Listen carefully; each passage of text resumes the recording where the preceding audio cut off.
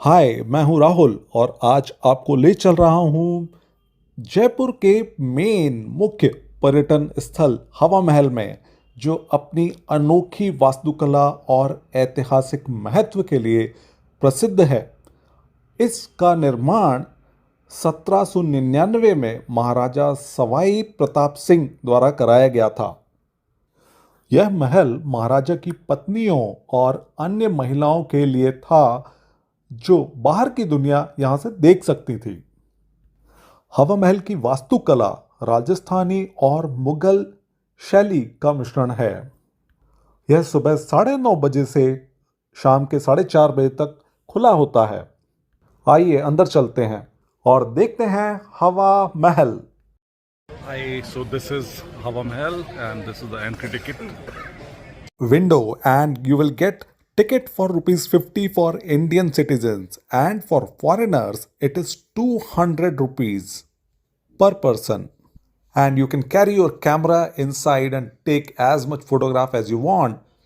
यह महल लाल और गुलाबी बलुआ पत्थर से बना हुआ है, जो जयपुर की विशेषता है। महल की दीवारों में 953 जालीदार खिड़कियां हैं, जो हवा को आने जाने की अनुमति देती हैं, जिससे महल हमेशा ठंडा बना रहता है।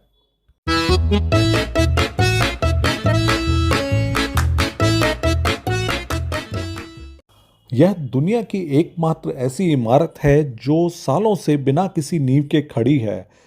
यही एक वजह है कि यह इमारत टूरिस्ट को अट्रैक्ट करने में जरा भी पीछे नहीं हटती। जयपुर के हवा महल को भगवान श्री कृष्ण से जोड़कर भी देखा जाता है। हालांकि इसका निर्माण 1799 में हुआ, लेकिन महाराजा सवाई प्रताप सिंह भगवान श्री कृष्ण के बहुत बड़े भक्त थे। यही वजह है कि उन्होंने इस महल को श्री कृष्ण के ताज का रूप दिया है। इस 5 मंजिला इमारत की नींव ठोस नहीं है, इसी वजह से 87 डिग्री के कोण पर यह झुकी हुई है। इस इमारत की डिजाइन लालचंद उस्ताद ने की थी और ऊपरी हिस्से तक पहुंचने के लिए पर्यटक रैंप का इस्तेमाल करते हैं। एक और बात जो दिलचस्प है कि इस महल में एंट्री सामने के दरवाजे से नहीं होती है। इस इमारत की ऊंचाई 26.15 मीटर है। महल के सबसे ऊपरी 3 मंजिल चौड़े कमरों की तरह हैं, जबकि नीचे की 2 मंजिलों में खुला आंगन भी है। महल के ऊपरी 2 मंजिलों में जाने के लिए केवल खुर्रों की व्यवस्था है। ऐसा कहा जाता है कि रानियों को लंबे घेरदार घाघरे पहनकर सीढ़ियां चढ़ने में असुविधा ना हो, इसीलिए ऊपर की 2 मंजिलों में सीढ़ियों की बजाय खुर्रों का इस्तेमाल किया गया है।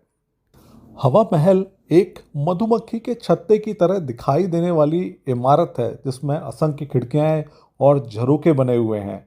यदि आप जयपुर आए हैं तो हवा महल को देखना बिल्कुल भी ना भूलें। इस पैलेस ऑफ द विंड्स और पैलेस ऑफ द ब्रीज से जुड़े हुए यदि आपके कोई सवाल हैं तो आप मुझे कमेंट करके पूछ सकते हैं। मैं बहुत जल्द मिलता हूं आपसे एक अन्य ब्लॉग में।